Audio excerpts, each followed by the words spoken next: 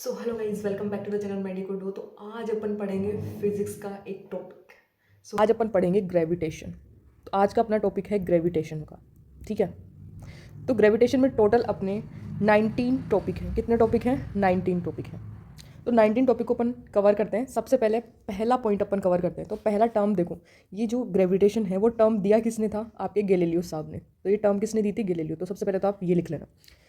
दूसरा अपन पॉइंट इसके अंदर देखेंगे, अगर मान लो कोई m1 और m2 एक दूसरे से r डिस्टेंस पर रखे हुए हैं, ठीक है, और आपसे पूछें कि बताओ जो ग्रेविटेशनल फोर्स है उसका m1 m2 और r से क्या रिलेशन है, तो आप क्या बोलोगे?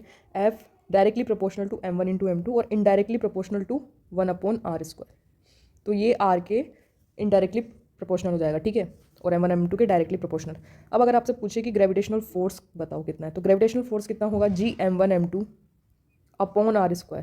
ये आपका ग्रेविटेशनल फोर्स आ जाएगा इसके अंदर। तो ग्रेविटेशनल फोर्स क्या हो गया? g m1 m2 upon r²। ये आपका फॉर्मूला हो गया।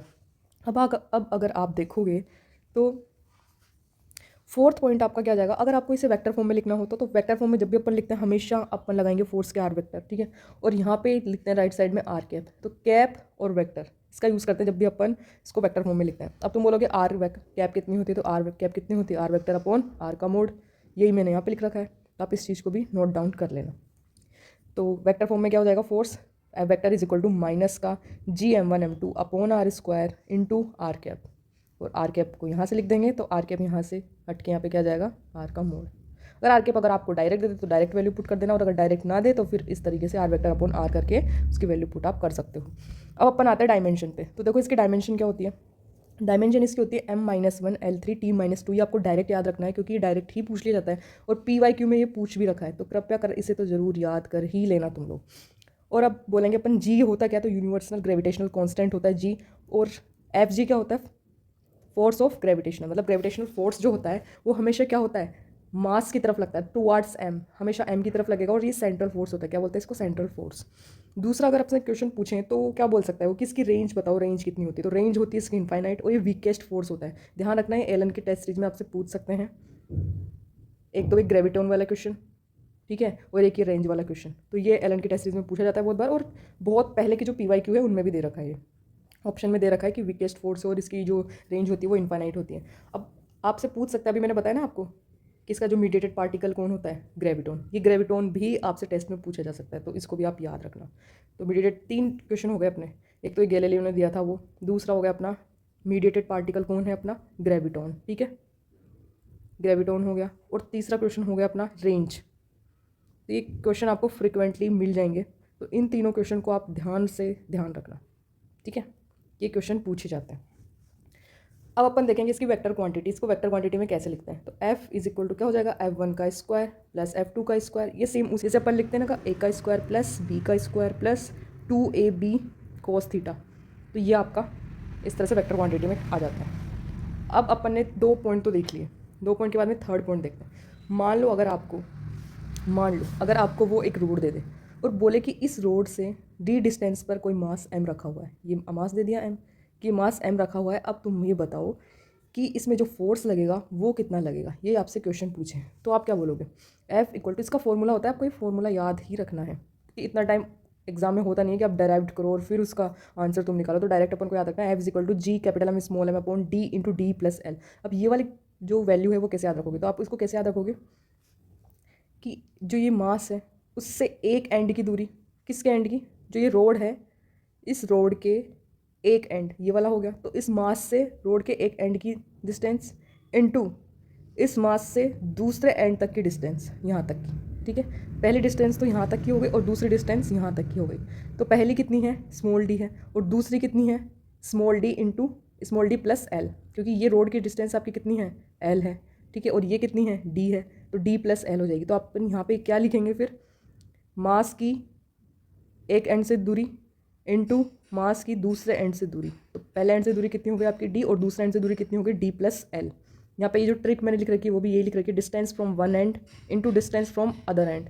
तो डिस्टेंस फ्रॉम वन एंड और डिस्टेंस फ्रॉम अदर एंड, ठीक है, ये आपका फॉर्मूला हो जाएगा। अब अगर मान लो नेक्स्ट क्वेश्चन आपसे पूछे कि m1 और m2 दो मास रखे हुए एक दूसरे से r डिस्टेंस पर और किसी दूरी x पर, बताओ जहाँ पर इसकी इंटेंसिटी ज़ीरो हो।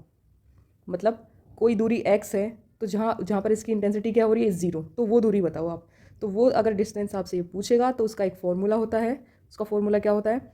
x is equal to r/1 plus √m2/m1, ये इसका फॉर्मूला होता है। तो ये वाला फॉर्मूला आपको याद रखना है इसके अंदर, ठीक है। ध्यान रखना ये जो अंडर रूट है उसमें आएगा m2/m1, ऑलवेज रिमेंबर, ओके। अब देखो weight on earth, weight on earth कितना हो जाएगा आपका?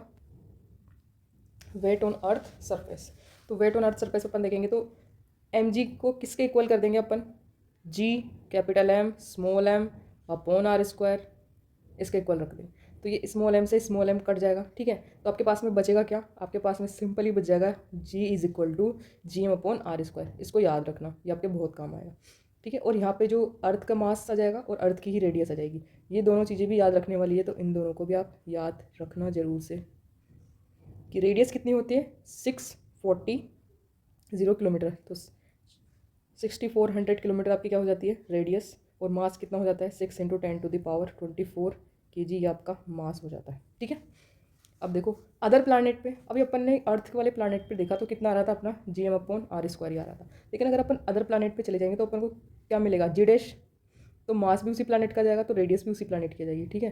तो यहाँ पे आपको ये ध्यान रखना है कि मास भी उसी प्लानट का, रेडियस भी उसी प्लानट की, और g' भी आपको उसी प्लानट का मिल जाएगा। तो बहुत सारे क्वेश्चन में ये कंपैरिजन के लिए आएगा, इसमें रिलेशन दिया होगा तो आपको उस प्लानट पर आपको g निकालना होगा, आपसे g पूछेगा उस प्लानट पे, तो ये रिलेशन उसमें बहुत काम आएगा, ठीक है। तो इसको आप याद रखना अच्छे से। तो आपसे जंपिंग हाइट भी वो पूछ सकता है। अगर जंपिंग हाइट अगर आपसे कभी पूछे हो तो जंपिंग हाइट कितनी होती है, कि अपन क्या लिखेंगे? g inversely proportional to 1/h। तो ये वाला फॉर्मूला इसमें आपको लगाना है, और इसमें से एक रिलेशन निकल के आता है, वो क्या होता है? g1h1 is equal to g2h2। मान लो उसने आपको h1 दे दी है ना, और g1 उस वाली जगह पे g दे रखा है, और उस दूसरी जगह पे g2 दे रखा है मान लो, और h2 पूछा है, तो आप h2 निकाल सकते हो आराम से, जब 3 यहाँ पर रिलेशन आपको दे रखे हैं। अगर मान लीजिए ये एक अर्थ है, अब अर्थ से किसी हाइट h पर, ये h है, ठीक है, ये ए पॉइंट है, और ये बी पॉइंट है, और ये आर है, तो g' क्या हो जाएगा अपना? gm/r+h का होल स्क्वायर। क्योंकि पहले अपन जी क्या लिख रहे थे? अपन gm/r² लिख रहे थे। अब यहाँ पे जो r है वो कितनी हो गई टोटल? r+h, ये स्मॉल r हो गई ना अपनी, क्योंकि अपन को टोटल डिस्टेंस लेना है, क्योंकि h डिस्टेंस पर है अपना, ठीक है। अब इसको अगर अपन सॉल्व करेंगे तो अपने पास में क्या जाएगा? g/1+h/r का होल स्क्वायर, ये अपने पास में आ जाएगा। तो ये वाला फॉर्मूला भी आपको याद करना है, और ये वाला फॉर्मूला भी काम आएगा, तो इस वाले फॉर्मूले को भी अपन को याद करना है, ठीक है। अगर लीस्ट हाइट के लिए बोले तो लीस्ट हाइट के लिए, तो लीस्ट हाइट के लिए क्या होगा? लीस्ट हाइट के लिए अपने पास फॉर्मूला आता है g × 1 - 2h/r, ये वाला फॉर्मूला आता है। इस वाले फॉर्मूले को आप याद करना है। लीस्ट हाइट मतलब 320 किलोमीटर से कम की हाइट के लिए, ये भी याद रखना साथ ही साथ। और अगर चेंज अगर आपका 10% से कम हो रहा हो, चेंज अगर आपका 10% से कम हो रहा है, तो आपको यहाँ से g निकालना हो, h निकालना हो, r निकालना हो, जो भी आपको पूछेगा वो आप इजीली निकाल सकते हो इस वाले फॉर्मूले को लगा के। अगर वो विथ डेप्थ के साथ में अगर g चेंज हो रहा हो, डेप्थ के साथ अगर g चेंज हो रहा हो, तो अपने पास में क्या फॉर्मूला जाएगा? g' is equal to 4/3 πg/r rho. ये रो क्या है? रो आपका क्या है? डेंसिटी है यहाँ पे, ठीक है। तो इस तरह से यहाँ पे ये फॉर्मूला जाएगा आपके पास। अगर अक्षांश के साथ में परिवर्तन दे रखा हो तो इसका एक फॉर्मूला होता है g - ω² cos² लैम्बडा, ये आपका क्या होता है? एक फॉर्मूला आता है, ठीक है। तो यहाँ पे आपको यही लिखना है g - ω² cos² लैम्बडा। ये बहुत कमाल का फॉर्मूला है, इसको आपको याद रखना है, ठीक है। इक्वेटोरियल पर पूछे तो इक्वेटोरियल पर हमेशा क्या होता है? लैम्बडा 0 होता है, तो आपके पास g कितना आ जाएगा? g - ω²r, ये आ जाएगा आपके पास। और पोल पर पूछे तो पोल पर क्या होता है?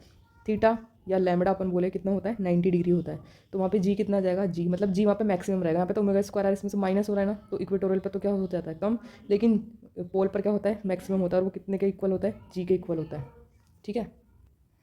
तो देखो 12वें पॉइंट के अंदर क्या है, इसमें अपन देखते हैं v0 किसके इक्वल है?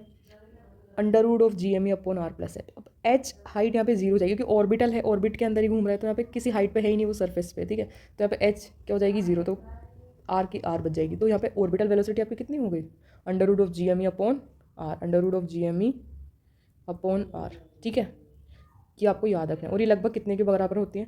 8 किलोमीटर पर सेकेंड, लगभग इतने के बराबर होती है, ये भी लिख लेना आप, इसमें ऐड कर लेना। और इसका जो टाइम पीरियड है वो कितना होता है 2πr⁴ अपॉन √g m। इसको मैं लिख भी देती हूँ, 8 किलोमीटर पर सेकंड के इक्वल होती है। क्या होती है कि 8 किलोमीटर पर सेकंड के इक्वल होती है। तो इसे आप याद रखना। और अब अपन देखते हैं आगे सिटी और पोटेंशियल। पहले अपन ये देख लेते हैं टाइम पीरियड। तो देखो टाइम पीरियड के अंदर क्या होगा 2πr⁴ अपॉन √g m ऐसा जाएगा। जो यहाँ पे मास है वो किसका आ जाएगा, अपना सन का मास लेंगे यहाँ पे, ध्यान रखना अर्थ का मास नहीं आएगा, सन का मास आएगा। इंटेंसिटी और पोटेंशियल देखते हैं। तो इंटेंसिटी और पोटेंशियल में अपन क्या देखेंगे, ये है अपना सॉलिड और ये अपना एक कंडक्टर या होलो, ठीक है। अब सॉलिड के अंदर इंटेंसिटी कितनी होती है, हमेशा 0, और होलो के अंदर भी 0 होती है। अंदर कहीं पे भी आप देखोगे तो इंटेंसिटी हमेशा 0 आएगी, कंडक्टर या होलो के अंदर। लेकिन इसमें सेंटर पे तो 0 होगी सॉलिड में, लेकिन बी पॉइंट पर अंदर की तरफ कितनी होगी -gm/r⁻⁴ ये हो जाएगी। तो ये फॉर्मूला आपको याद रखना है। और अगर सरफेस पे पूछेंगे तो -gm/r², अगर सरफेस से किसी r डिस्टेंस पे पूछेंगे तो -gm/r²। और इसमें सरफेस जो आपकी स्फीयर है उसके अंदर और सेंटर दोनों पे कितनी हो जाएगी 0 हो जाएगी, और सरफेस पे कितनी हो जाएगी -gm/r²। और अगर सरफेस से किसी r डिस्टेंस पर देखोगे तो कितनी हो जाएगी -gm/r²। ये ध्यान रखना। अगर उसने आपको बोला है कि बताओ पोटेंशियल बताओ, तो पोटेंशियल कैसे निकालोगे, अगर सॉलिड है तो सॉलिड स्फीयर है तो जो सेंटर है सेंटर पर कितना हो जाएगा 1.5 गुना हो जाएगा किसका, सरफेस का। सरफेस का 1.5 गुना हो जाता है सेंटर पर, तो ये 3/2 कितना हो गया 1.5, और ये gm/r कितना है सरफेस पे, ठीक है। तो क्या हो गया आपका 1.5 गुना हो गया। तो सेंटर पर क्या हो जाता है सबसे ज़्यादा होता है और सरफेस का 1.5 गुना होता है। और ये हो गया आपका सरफेस पे कितना हो रहा है -gm/r, ठीक है। अगर बी पॉइंट पर अगर अपन पूछें तो वी क्या हो जाएगा -gm/2r³ इंटू 3r² -r'², ठीक है। और अपन अगर अपन किसी r डिस्टेंस पर देखेंगे तो क्या हो जाएगा V D is equal to -gm/r। ये क्या हो जाएगा अपना -gm/r हो जाएगा। अगर आप कंडक्टर या होलो स्फीयर के अंदर पोटेंशियल देखोगे तो उसके फॉर्मूले क्या आते हैं, तो हमेशा ध्यान रखना सेंटर पर, सरफेस पर, या फिर स्फीयर के अंदर कहीं पर भी। तो स्फीयर के अंदर कहीं पे भी लोगे तब भी -gm/r आएगा, सरफेस पे लोगे तब भी -gm/r आएगा, और सेंटर पर लोगे तब भी -gm/r आएगा। तो ये तीनों का सेम होता है इसके अंदर। बस अगर आप सरफेस से किसी r डिस्टेंस पे जाओगे ना तब आपका अलग हो जाएगा, तब आपका -gm/r हो जाएगा, ठीक है। इसमें बस आपको यही करना है। तो ये इतना ही ईजी, और आपको हमेशा ये कंपैरिजन करके ही पढ़ना चाहिए चारों को। इससे क्या होता है आपको इजीली याद हो जाता है। अगर आप लाइनों में लिख लिख के पढ़ते हो तो आपको कुछ याद नहीं होता। तो हमेशा पोटेंशियल, तो पोटेंशियल अब अपने देख लिया कितना होता है -gm/r होता है। इसकी यूनिट क्या होती है जूल पर केजी, या डब्ल्यू मतलब वर्क अपॉन मास। तो वर्क की कितनी होती थी जूल, और मास की कितनी केजी। तो ये इसकी यूनिट भी हो गई आपकी, ठीक है। अब अगर इंटेंसिटी अगर अपन चेक करें तो कितनी हो जाएगी -dv/dr। और पोटेंशियल अगर अपन देखें तो कितना हो जाएगा -gm1m2/r, ये आपका हो जाएगा पोटेंशियल। अब एस्केप वेलोसिटी अगर आप देखोगे तो एस्केप वेलोसिटी कितनी होती है v is equal to √2gm/r, या फिर इसको अपन लिख सकते हैं √2g/r, या फिर अपन लिख सकते हैं इसको √2 गुना होती है किसकी v0 की, मतलब ऑर्बिटल वेलोसिटी की √2 गुना होती है ये, ठीक है। अब अपन इसको और क्या लिख सकते हैं, अब मैंने अभी आपको बताया 8 किलोमीटर पर सेकंड होती है वो, ये देखो ये 8 किलोमीटर पर सेकंड मैंने आपको बताई थी यहाँ पे। तो ये इसको अपन ऑर्बिटल वेलोसिटी को कितनी लिख देंगे 8 किलोमीटर पर सेकंड को मल्टीप्लाई कर देंगे √2 से, तो कितना जाएगा 11.2 किलोमीटर पर सेकंड। ये भी आपको याद रखना है, PYQ में पूछा जा चुका है, ठीक है। ध्यान रखना मास किसका आएगा, प्लानेट का आएगा, और आर क्या जाएगी r+h।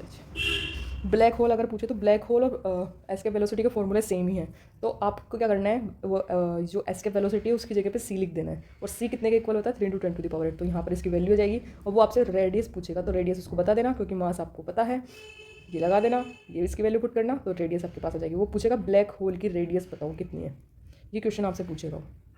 अब केपलर्स लॉ पढ़ते हैं। केपलर्स लॉ में पहला लॉ क्या होता है कि जितने भी प्लानेट हैं वो सन के चारों तरफ या तो सर्कुलर ऑर्बिट में चक्कर लगा रहे हैं, राउंड काट रहे हैं, या फिर एलिप्टिकल ऑर्बिट में, या तो सर्कुलर ऑर्बिट में जैसे ये सर्कुलर हो गया, या फिर एलिप्टिकल ऑर्बिटल में वो क्या कर रहे हैं चक्कर लगा रहे हैं। ये पहला नियम है, ठीक है। दोनों तरीके से आप उसको बोल सकते हो। दूसरा लॉ क्या है, एरियल वेलोसिटी। जो आपकी एरियल वेलोसिटी है ना, तो एरियल वेलोसिटी हमेशा क्या होती है कांस्टेंट होती है। इसके रिगार्डिंग आपको क्वेश्चन भी बनेंगे, MCQs आपने करे होंगे, आपको पता होगा। ये मैं आपको शॉर्ट नोट्स बता रही हूँ। तो ये क्या होती है आपकी कांस्टेंट होती है। और थर्ड लॉ क्या होता है, आवर्तकाल का नियम भी बोलते हैं, टाइम पीरियड का लॉ भी बोलते हैं। तो ये क्या होता है, इसका रिलेशन में क्या होता है t² directly proportional to r³। तो t² समानुपाती r³, ये आपका फॉर्मूला होता है। इस तरीके से आपके 19 पॉइंट क्लियर हो गए हैं। अब आपको क्या करना है, एक तो ब्लैंक पेज लेना सबसे पहले तो, और उसके 3 पार्ट कर लेना। जैसे मैंने ये लाइनें खींच रखी है ना 3 वर्टिकल, एक तो ये, एक ये, ठीक है। तो इसी 3 पार्टीशन में डिवाइड कर लेना। अब आपके 11 पॉइंट मान लो उसके अंदर आ गए, आपको 19 पॉइंट आ जाएंगे वैसे तो, ठीक है। ये तो क्या है, टैब है, तो इसके अंदर आप 11 पॉइंट ही आ पाए। पर आपका जो blank paper A4 size sheet होगी वो इससे भी लंबी होती है, मतलब उसकी लेंथ और भी आगे तक जाती है। तो आपके आराम से इस कॉर्नर तक 19 पॉइंट आ जाएंगे। अगर 19 पॉइंट ना भी आए तो आपको क्या करना है, इस पेज के पीछे ही वापस से ऐसी 3 लाइनें ड्रॉ कर लेना, ठीक है। कौन से पेज के पीछे, जो ये वाला पेज था ना अपना पिछला वाला, इस पेज के पीछे, इस पेज के पीछे जस्ट आप ये करोगे लाइन ड्रॉ, तीनों लाइन वापस से ड्रॉ करोगे तो आपकी जो दूसरी लाइन है वहाँ तक आपका कंप्लीट हो जाएगा ये 19 नंबर का पॉइंट। तो इसके बाद में इसको फाइल में अटैच कर देना और डेली रिवाइज करना, ठीक है। कमेंट करके बताना कि अगला जो वीडियो है वो मैं किसके शॉर्ट नोट्स पे बनाऊँ, आपको कौन से शॉर्ट नोट्स चाहिए, इनऑर्गेनिक के चाहिए तो वो भी मिल जाएंगे। और बताओ, अगर वीडियो अच्छा लगा तो वीडियो को लाइक कर देना, चैनल को सब्सक्राइब कर देना। मिलते हैं अगले वीडियो में, तब तक के लिए keep hustling, keep studying, bye bye.